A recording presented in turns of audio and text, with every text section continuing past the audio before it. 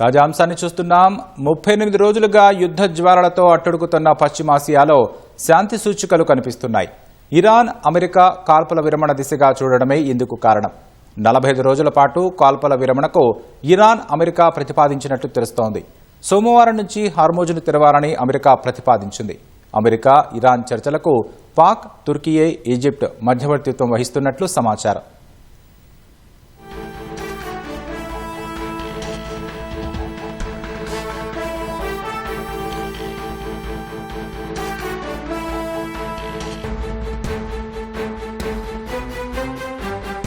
నలభై 45 రోజుల పాటు మరి కాల్పుల విరమణకు అడుగులు పడుతున్నట్టుగా తెలుస్తుంది. ఎంతవరకు ఇది వర్కౌట్ అయ్యే అవకాశం ఉంది? మీ విశ్లేషణ ఏంటి? అంటే వాస్తవంగా కాల్పుల విరమణ జరగాలి, ప్రపంచ శాంతి వర్ధిల్లాలి. ఈ నేపథ్యంలో మనం దీన్ని యుద్ధంగా కాకుండా దురాక్రమణగా చూడాలి. ఇజ్రాయెల్, అమెరికా ఆరంభించిన దురాక్రమణ విధానమే ఈరోజు యుద్ధానికి దారితీసింది. వాస్తవంగా అంతకుముందే శాంతి చర్చలు జరిగాయి. నిజంగా ఇప్పుడు యుద్ధం అని దేన్నైతే అంటున్నామో దానికి ముందు యమన్ ఆధ్వర్యంలో శాంతి చర్చలకు అవకాశాలు వచ్చాయి, టర్కీ ఆధ్వర్యంలో శాంతి చర్చలకు అవకాశాలు వచ్చాయి. కానీ ఆ శాంతి చర్చలు పూర్తి కాకముందే ట్రంప్ ఏకపక్షంగా ఇరాన్ మీద ఇజ్రాయెల్ ద్వారా దాడులకు శ్రీకారం చుట్టారు. దాంతో శాంతి చర్చలు ఏవైతే యమన్ ద్వారా కొనసాగిన శాంతి చర్చలు కానీ, టర్కీ ద్వారా సాగిన శాంతి చర్చలు కానీ విఘాతం కలిగింది. కాబట్టి శాంతి చర్చలకు మళ్లీ చొరవ చూపట్టాల్సిన బాధ్యత అమెరికాది, యునైటెడ్ స్టేట్స్ అమెరికాకే ఉంటుంది. అది ఈ నేపథ్యంలో మనం గమనించాల్సిన విషయం ఏంటంటే ప్రపంచం నిస్తేజంగా మారడం అనేది బాధాకరమైన వ్యవహారం. కారణం ఏంటంటే నిజానికి ఇది 3వ ప్రపంచ యుద్ధం కాదు, కానీ ప్రపంచ దేశాల మీద ప్రభావం చూపిన యుద్ధం. మనకి ప్రధానంగా కోవిడ్ తర్వాత మొత్తం అంతర్జాతీయ సమాజం అంతా మెల్లమెల్లగా కోలుకుంటుంది. పెనం మీదకి వెళ్లి పొయ్యిలో పడ్డ చందనంగా ఈ రోజు అమెరికా, ఇజ్రాయెల్ దాడులు ఏవైతున్నాయో అవి ప్రపంచ శాంతిని పూర్తిగా భంగంగా వాటింపజేశాయి. కాబట్టి దేశాలకు పోకుండా ఈ ప్రభావం వల్ల గురవుతున్న దేశాలు, గురి కావడానికి అవకాశం దేశాలన్నీ కూడా శాంతి సందేశం దిశగా 2 దేశాలను తీసుకుపోవడం మంచిది.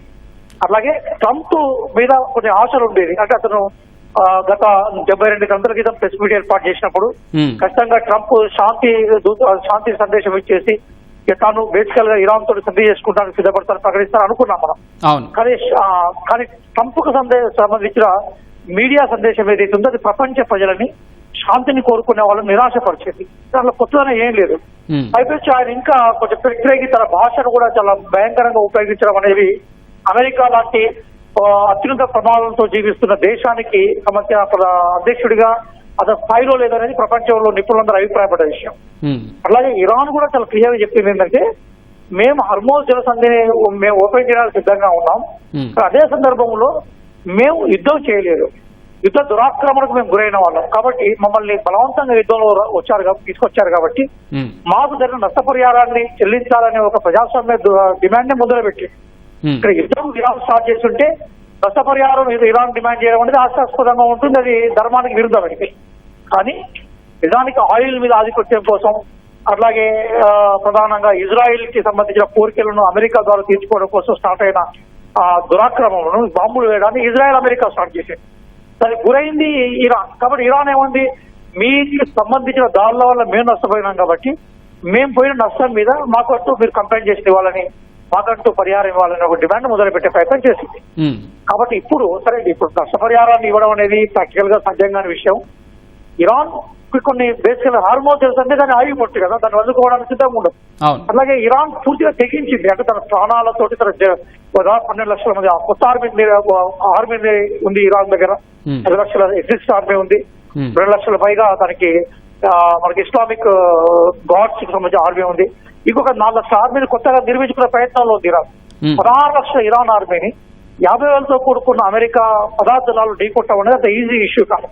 కాబట్టి బహుశా ఆయన కూడా కొంత అర్థమై ఉంటుంది. ఎందుకంటే అతని దగ్గర ఉండే మిలిటరీ అధికారులు కూడా తప్పకుండా ఎక్స్ప్లెయిన్ చేస్తుంటారు. ఒకవేళ నిజంగా భూతల యుద్ధమే జరిగితే ఆ యుద్ధం కేవలం ఇరాన్ ను, అలాగే ఇజ్రాయెల్, అమెరికాలో నష్టపరుస్తుంది సార్. మొత్తం ప్రపంచం మీద ప్రభావం చూపెట్టే అవకాశం ఉంటుంది. ఉమ్, ప్రధానంగా ఆయిల్ ఆధారిత ఆర్థిక వ్యవస్థగా ఉన్న భారతదేశం ఏదైతే ఉందో ఉమ్. మనకి ఇంకా ఎక్కువగా దాని యొక్క ప్రభావం మన మీద పడే అవకాశాలు ఉంటాయి. కరెక్ట్. అయితే యుద్ధం జరుగుతున్న ఈ 38 రోజుల నుంచి అమెరికా వైఖరిని ఎలా చూడాలంటారు? అంటే దాదాపుగా 5 సార్లు డెడ్ లైన్ విధించడం, దాన్ని పొడిగించుకుంటూ పోవడం చూస్తున్నాం. సో ఈ నేపథ్యంలో అమెరికా వైఖరి, ముఖ్యంగా ట్రంప్ వైఖరిని ఎలా చూడాలి? సార్ నిజంగా ట్రంప్ గానీ అమెరికా గానీ అయిపోయినాయి అంతర్జాతీయ సంబంధాల్లో. ఉమ్, ఇప్పుడు నిజానికి ఇరాన్ కి అమెరికాకు మధ్య బౌండరీ యుద్ధం లేదు, బౌండరీ వార్ కాదని, ఉమ్, ఇది భూమికి సంబంధించిన ఆక్రమణ యుద్ధం కాదని, కేవలము ప్రపంచవ్యాప్తంగా ఉండే చమురు నిల్వల మీద ఆధిపత్యం కోసం అమెరికా వెనుజులా మీద ఒక ప్రయోగం చేసింది. అందులో మనకి ప్రధానంగా ముద్రాలను పట్టుకొచ్చేసి ఆయనను కిడ్నాప్ చేసినందుకు అమెరికా ఏమనుకుందంటే చాలా సులభంగా ఆయిల్ నిల్వలను ఇజ్రాయెల్ మనకి వెనుజులాలో ఎట్లయితే తను కైవసం చేసుకుని దానికి రేట్లు అమెరికా ఫిక్స్ చేయడం మొదలుపెట్టింది. అలాగే ఇరాన్ కు సంబంధించిన చమురు నిల్వలు ప్రధానంగా మధ్యప్రాచ్య చమురు నిల్వల మీద ఆధిపత్యం సంపాదించాలంటే ఇరాన్ ఖచ్చితంగా దాసోహం కావాలి. మిగతా దేశాలను, అరబ్ దేశాలను కూడా అమెరికా తోటి సంబంధాల్లో ఉన్నాయి. వాళ్ళ ఆయిల్ కి సంబంధించిన వాణిజ్యం మొత్తం కూడా డాలర్ రూపంలో కొనసాగుతూ ఉన్నది. డాలర్ రూపంలో వాణిజ్యం కొనసాగిన రోజులు అమెరికాకు లాభం ఉంటుంది. కానీ ఇరాన్ ఇప్పుడు డాలర్ రూపంలో తన వాణిజ్యాన్ని కొనసాగించేందుకు సిద్ధంగా లేదు. అది అమెరికాకు కొంత కోపం వచ్చింది. దీని ఇజ్రాయెల్ అమెరికాను చాలా అద్భుతంగా ఉపయోగించుకుంది.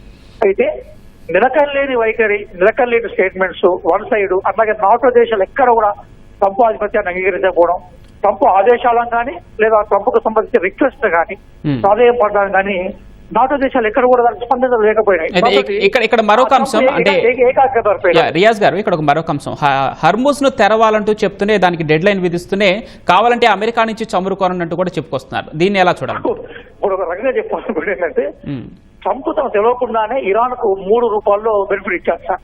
ఒకటి, హార్మోజ్ జలసంధికి ముందు ఎగుమతులు దిగుమతులు ఫ్రీగా జరిగేది. ఇప్పుడు యుద్ధం స్టార్ట్ అయినాక ఇరాన్ అక్కడ నుంచి తనకు కావాల్సిన పైకాన్ని వసూలు చేసుకోవడం మొదలుపెట్టింది. తద్వారా ఇరాన్ ఆయిల్ ఏదైతే ఉందో ఇరాన్ కోరుకున్న విధంగా అంతర్జాతీయ సమాజంలో ప్రవేశించింది. నెంబర్ 1. నెంబర్ 2 ఏమైపోయిందంటే నాటో దేశాలు మిగతా దేశాలని తనకు సపోర్ట్ చేస్తాయని అమెరికా అనుకున్నాను. ఆచరణ ఏమైపోయిందంటే ఇరాన్ చాలా స్ట్రాటజికల్ గా అమెరికా మిత్ర దేశాలు, గల్ఫ్ దేశాలు ఏవైతే వాటి మీద దాడులు మొదలుపెట్టింది. ఆ దాడుల్లో ప్రధానంగా అమెరికాకు సంబంధించిన ఆ ఎకనామిక్ ఆయువు పట్టు మీద దాడులు మొదలుపెట్టింది. అది అమెజాన్ వదిలిపెట్టలేదు, కేఎఫ్సీని వదిలిపెట్టలేదు, దేన్ని కూడా వదిలిపెట్టలేదు. దాంతో అమెరికాకు సంబంధించిన ఆర్థిక అంశాల్లో అమెరికాలో పెట్టుబడి పెట్టడం కానీ అమెరికా పెట్టుబడి గల్ఫ్ దేశంలో పెట్టే వాళ్ళకు ప్రశాంతకమైంది. అంటే ఇది ప్రశాంతంగా ఉండదు, అమెరికా నమ్ముకుంటే అమెరికాను కూడా మనం రక్షించలేదని చెప్పేసి ఇరాన్ చాలా స్ట్రాటజికల్ గా అమెరికాను ఐసోలేట్ చేయగలిగింది. 3వ అంశం ఏదైతుందో అంటే ఇరాన్ నుంచి ఎక్కువగా చమురు చైనా కొనుక్కుంటుంది, అది ఇరాన్ లో కొనుక్కుంటుంది, తన కరెన్సీలో కొనుక్కుంటుంది. దాన్ని దెబ్బతీయడం కోసం ఇరాన్ మీద పెట్టాలనుకున్నప్పుడు ఇప్పుడు ఇరాన్ ఏమున్నది, నా దగ్గర ఎవరైతే చమురు కొంటారో దాన్ని యువాన్ లో చెల్లించాలని ఒక షరతు పెట్టి దాంతో చైనాను దెబ్బతీయాలనుకున్న యునైటెడ్ స్టేట్స్ అమెరికా అనుకోకుండా చైనా యొక్క కరెన్సీని బలోపేతం చేసింది. ఇంటర్నేషనల్ కరెన్సీలో దానికి చెల్లుబాటు మార్గాలు తెలిసింది. కాబట్టి తాను గోతిలో తానే ట్రంప్ పడిపోయిన టోటల్ గా.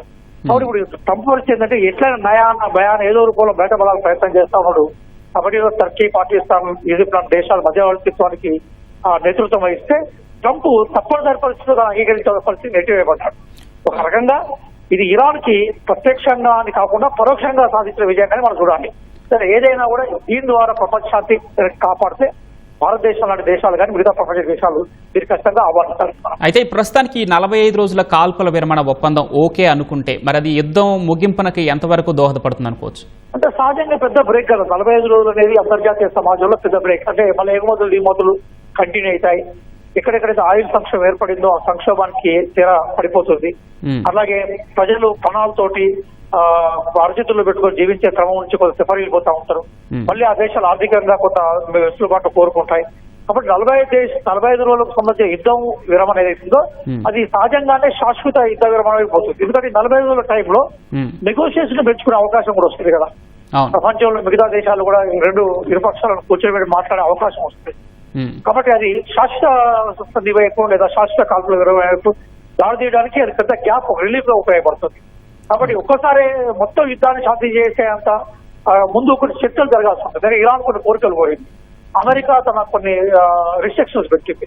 వాటిని ఇరుపక్షాలు అంగీకరించాలనుకున్నప్పుడు కొంత కాలం అవసరం, కొంత టైం బాండింగ్ అవసరం. ఈ 40 రోజులు దానికి దశ దిశ నిర్దేశిస్తాయి.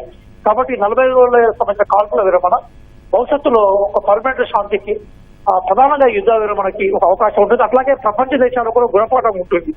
ప్రధానంగా అమెరికా గుణపాఠం అంటే ఏ దేశాన్ని బట్టి ఆ దేశాన్ని ఈజీగా జయించవచ్చు, ప్రపంచం మొత్తం కూడా తన సామ్రాజ్యాన్ని నిర్మించవచ్చు, తన ఆర్థిక కార్యక్రమాన్ని ప్రపంచ ఆర్థిక క్రమాలుగా ఉండొచ్చు అనే ఒక వాదన అమెరికా చేస్తుందో దానికి ఒక బంధపాటుగా ఒక గుణపాఠంగా ఉంటుంది.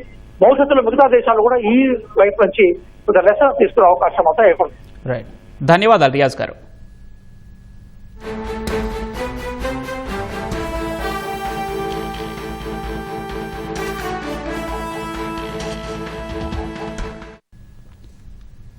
రైట్, ఇక 38 రోజులుగా జరుగుతున్నటువంటి పశ్చిమాసియా యుద్ధంలో 45 రోజుల కాల్పుల విరమణ దిశగా అడుగులు పడుతున్నాయి. దీనికి సంబంధించి మరింత విశ్లేషణ తీసుకుందాం. మనకు ఫోన్లో అందుబాటులో ఉన్నారు డాక్టర్ రాధా రఘురామపాత్రుని గారు, అంతర్జాతీయ వ్యవహారాల నిపుణురాలు. నమస్కారం రాధా గారు. నమస్తే అండి. నమస్తే. ఈ 45 రోజుల కాల్పుల విరమణ ఒప్పందం మరి యుద్ధం ముగింపునకు ఎంతవరకు దోహదపడుతుందంటారు, ఎలా చూడాలి? ఇది ఒక చాలా రిలీఫ్ మెజర్ అనే మనం చెప్పాలండి. Especially not only for Iran and United States కే కాదు, బట్ మొత్తం ప్రపంచానికి కూడా ఇది ఒక రిలీఫ్ మెజర్ అని మనం అనుకోవచ్చు. రెండు వైపుల నుంచి అఫీషియల్ గా మనకి ఇప్పటిదాకా ఈ డీల్ పైన ఇన్ఫర్మేషన్ అఫీషియల్ గా రానప్పటికీ, but this is going to be a very good relief అండి. ఎస్పెషలీ ఇంటర్నేషనల్ ఆయిల్ మార్కెట్స్ ఈ ప్రైస్ స్టేబుల్ అవటానికి, అలాగే గ్లోబల్ షిప్పింగ్ రూట్స్ ఈ డిస్ట్రప్షన్ అంతా సర్దుకోవడానికి, సో ఈ 45 days relief ceasefire measure ఏదైతే ఉందో ఇది 2 phases లోని ఇనిషియేట్ చేస్తామన్న వార్తలు కూడా వస్తున్నాయి. సో ఏదైతేనే ఈ 45-day డీల్ ఇది వరల్డ్ ఆయిల్ మార్కెట్స్ కానీ, అలాగే ఇటు ట్రేడ్ రూట్స్ కానీ, ఎస్పెషలీ గ్లోబల్ ఎకానమీకి ఇది ఒక పెద్ద relief measure after prolonged period of war అని చెప్పేసి మనం అర్థం చేసుకోవచ్చు. ఓకే, ఇప్పుడు హర్మూజ్ను తెరవాలి, ఈ సోమవారమే హర్మూజ్ను తెరవాలంటూ కూడా అమెరికా మొదటి ప్రతిపాదనగా పెడుతుంది. అది ఎంతవరకు వర్కౌట్ అవుతుంది అనుకోవచ్చు?